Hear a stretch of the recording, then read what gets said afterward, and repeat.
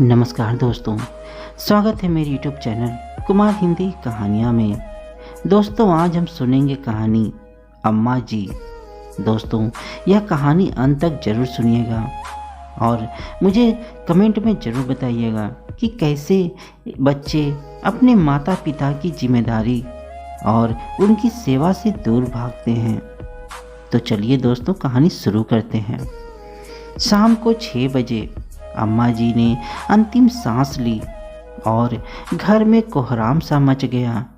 आनन फानन में सभी रिश्तेदारों को फ़ोन किए जाने लगे। घर के सभी लोग दुखी कम और परेशान ज़्यादा दिखाई पड़ रहे थे।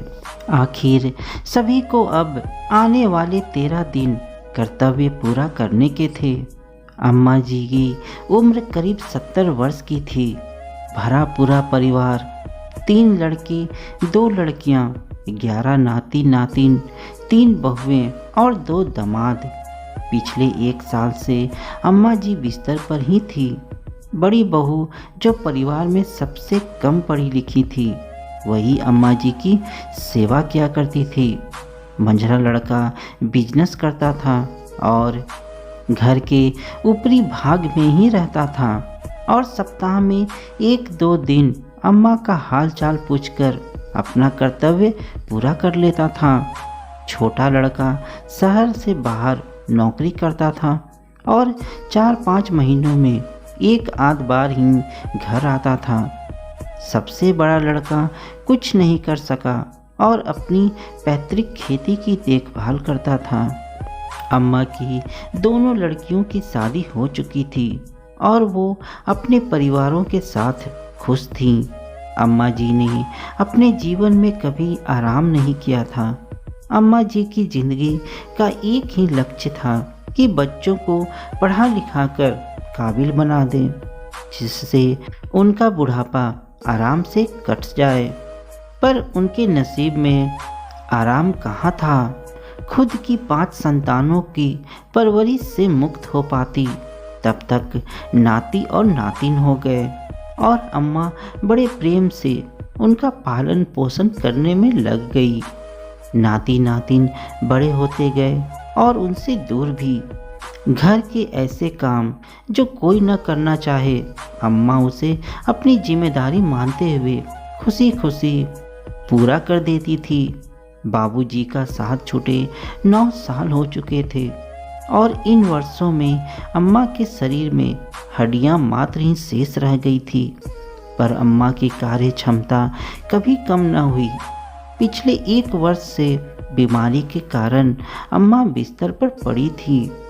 छोटा और मंझला लड़का उनसे नाता तोड़ चुका था, पर बड़ा लड़का, जो घर में अपने निकम्मेपन की वजह से उपेक्षित रहता था, वही बुढ़ापे की इस कष्टप्रद घड़ी में उनका सहारा बना था। हालांकि अम्मा जी 40 बीघा खेत और 1 मकान के साथ 2 प्लॉट की मालकिन थी, जो उन्हें बाबूजी की विरासत में मिले थे। पर बड़े लड़के के कुछ ना करने के कारण घर में संपत्ति को लेकर कोहराम सा मचा रहता था। बड़ा लड़का 40 बीघा खेत पर फसल बटाई पर करता था और शेष दोनों भाई अपना हिस्सा बंटवा लेते थे। पर अम्मा को मिलने वाली 1000 रुपये की पेंशन अम्मा अपनी बड़ी बहू को ही देती थी, जिस पर दोनों बहुओं को संतोष नहीं था। खैर, अम्मा अब चली गई थी, पर जाने के समय पर सभी दुखी कम परेशान ज़्यादा थे। सभी मोहल्ले वाले इकट्ठा हो चुके थे। अब तो दाह संस्कार सुबह ही होगा, किसी ने पूछा तो पता चला कि सुबह से पहले कुछ नहीं होगा। अभी तो रिश्तेदार आने बाकी हैं, इसलिए 1-2 खास व्यवहारियों को छोड़कर बाकी मोहल्ले के लोग धीरे धीरे कर अपने घरों को चले गए। रात 9 बजे तक छोटा लड़का और दोनों लड़कियां भी घर पहुंच गई। अम्मा को भी रात में ही जाना था। जाड़े में इतनी लंबी रात कैसे कटेगी। बड़े दामाद का प्रश्न सभी को चुभ सा गया, पर मजबूरी थी। कोई कुछ न बोल सका।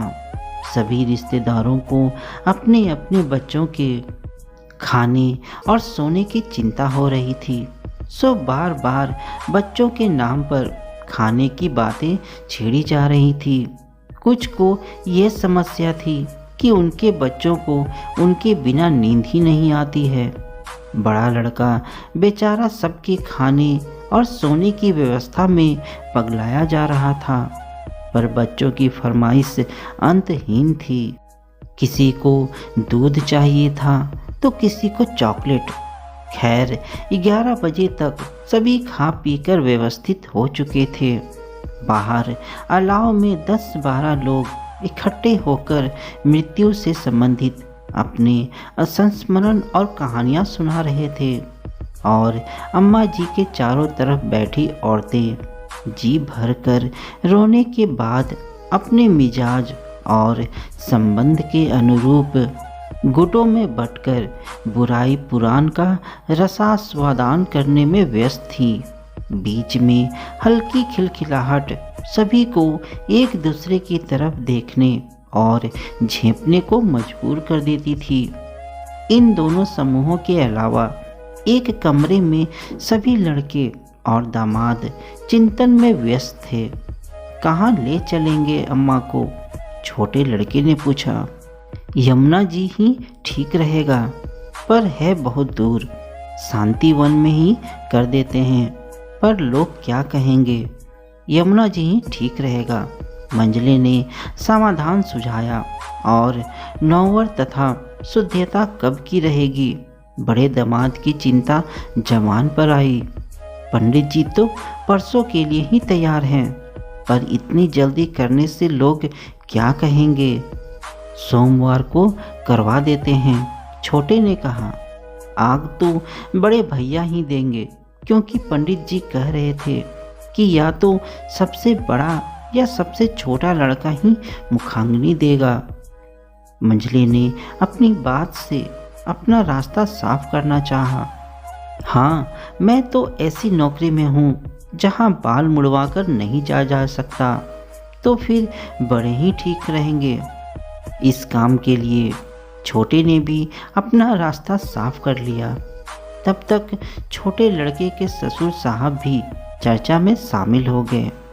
कल सुबह नगर पालिका में इनकी मृत्यु का पंजीकरण करवा देना और किसी अच्छे वकील से सलाह लेकर जमीन और जायदाद के दाखिल खारिज की प्रक्रिया शुरू करवा दो। अभी से लगोगे तो भी काफ़ी वक्त लग जाएगा, और उत्तराधिकार प्रमाण पत्र की अर्जी भी लगा दो।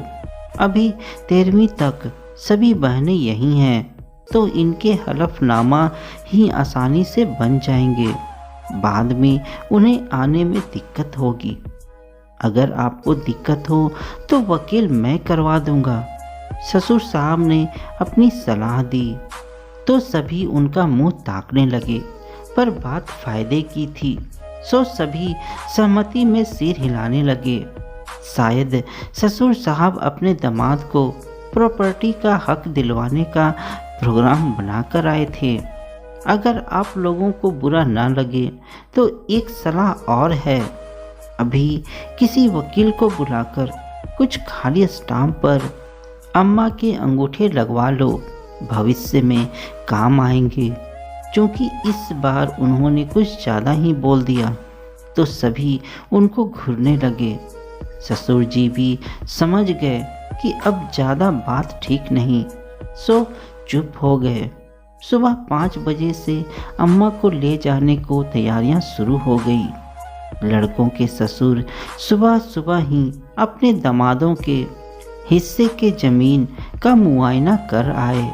रात में गए मोहल्ले के सारे लोग फिर से इकट्ठा हो चुके थे, और रात भर में ढेर सारी बातें करने वाली औरतों ने पुनः पूरी ऊर्जा के साथ करुण विलाप करना शुरू कर दिया, ताकि तेज आवाज के साथ मजबूत संबंध की दस्तक सभी के दिलों तक पहुँचे सके। उनके हृदय विदारक करुण कर्दन से मोहल्ले वालों की आंखें भी नम हो गई। अंतिम संस्कार का सामान कहाँ से आया, ये अम्मा के तीनों लड़कों में किसी को पता नहीं था। पर अम्मा के अंतिम क्षण की फोटो के लिए छोटा लड़का फोटोग्राफर ले आया था। कैमरा देखते ही सभी रिश्तेदार अपने अपने बच्चों को खोजने में लग गए और अम्मा जी के सिरहाने और पैताने बैठकर फोटो खिंचवाने का ऐसा दौर चला कि मोहल्ले वाले परेशान हो गए। जो बच्चे फोटो नहीं खिंचवाना चाहते थे उन्हें डरा धमकाकर फोटो खिंचवाई गई। कुल मिलाकर शादी के रिसेप्शन जितनी फोटो खींचने के बाद ही अम्मा जी की अर्थी उठ पाई। लड़के और दामाद भी अपना विशेष पोज देने के बाद सुकून सा महसूस कर रहे थे। अम्मा को ले जाने के लिए ट्रैक्टर की व्यवस्था की गई थी, पर ट्रैक्टर में घर का कोई प्रमुख सदस्य नहीं था। कुल जमा 10 मोहल्ले के बुजुर्ग ही उस पर सवार थे। बाकी करीब 200 लोग मोटरसाइकिल और कार पर सवार होकर अंतिम यात्रा में शामिल हो गए, जिसमें से प्रत्येक चौराहे पर 10-20 कम होकर घाट पर कुल 50 लोग ही पहुँचे। घाट पर लकड़ी मांगने को लेकर बहस हो रही थी। घर के लोगों का मानना था कि अम्मा के शरीर में कुछ बचा ही कहाँ है, सो 3 मन लकड़ी बहुत है। खैर बात 3 मन पर तय हुई और अम्मा जी को मुखाग्नि दे दी गई। पर चिता पूरी जल पाती उससे पहले ही लोगों के अनुरोध पर पंडित जी कपाल क्रिया सबको छुट्टी दे दी। शाम तक सभी काम खास रिश्तेदार अपने कार्यों का ब्यौरा प्रस्तुत कर और क्षमा याचना कर विदा हो चुके थे और खास रिश्तेदार अगली सुबह विदा होने के लिए अपनी भूमिका बनाने में मशगूल थे। पर घर के सदस्य काफ़ी परेशान लग रहे थे और एक दूसरे से तहकीकात चल रही थी। आखिर मुद्दा भी संवेदनशील था। हुआ ये कि अम्मा जी जो जेवर पहनती थी उसका पता नहीं चल रहा था। सबका शक बड़ी बहू की तरफ था और बड़ी बहू अपनी ईमानदारी सिद्ध करने की भरपूर मशक्कत कर रही थी। शाम तक पता चल सका कि अम्मा के झुमके, गले की चैन और 4 चूड़ियाँ बड़ी लड़की ने रात में उतार ली थी। इसमें से सोने की चैन और चूड़ियाँ तो उन्होंने वापस कर दी, पर झुमके वापस करने से इनकार कर दिया और बताया कि ये झुमके उन्हें बहुत पसंद थे। इसलिए अम्मा जी ने बचपन में ही उन्हें वादा किया था कि मेरे मरने के बाद ये तुम ले लेना। अगले दिन तक घर बिल्कुल खाली हो चुका था और घर के सदस्य ही शेष रह गए। साथ में तीनों लड़कों के सास ससुर और दोनों लड़कियां भी रुकी हुई थी। शाम को घर पर फिर से बैठक आयोजित की गई। इस बार मुद्दा 13वीं के आयोजन को लेकर था, पर 13वीं का खर्चा कौन करेगा, इस पर कोई तैयार नहीं था। अम्मा ने अपनी पूरी जिंदगी बड़े भैया के साथ ही गुजारी है और आग भी उन्हें ने दिया है, इसलिए 13वीं का कार्यक्रम भी वही तय करेंगे। छोटे ने प्रस्ताव रखा, पर मेरे पास इतना पैसा कहाँ है जो मैं 1000 लोगों को खिला सकूं, और वो अकेली मेरी ही तो अम्मा नहीं थी। बड़े ने चिंतित होकर कहा, पर रहती तुम्हारे साथ थी और रुपया तुम ही लेते थे। कितना रुपया? तुम लोगों के बच्चों का जितना जेब खर्च है उतने में अम्मा की सेवा की है। तुम तो देखने तक को तैयार ना थे। मैं नहीं कर सकूँगा, और अगर मुझे ही करना है तो 11 ब्राह्मण और मान्य खिलाकर शांति यज्ञ कर दूंगा। अगर बड़ा आयोजन करना है तो तुम लोग ही जानना। बड़े ने गुस्से में अपनी बात पूरी की, पर मैंने तो अभी प्लॉट लिया है, उसी की किस्त ही बड़ी मुश्किल से चुका पाया हूँ।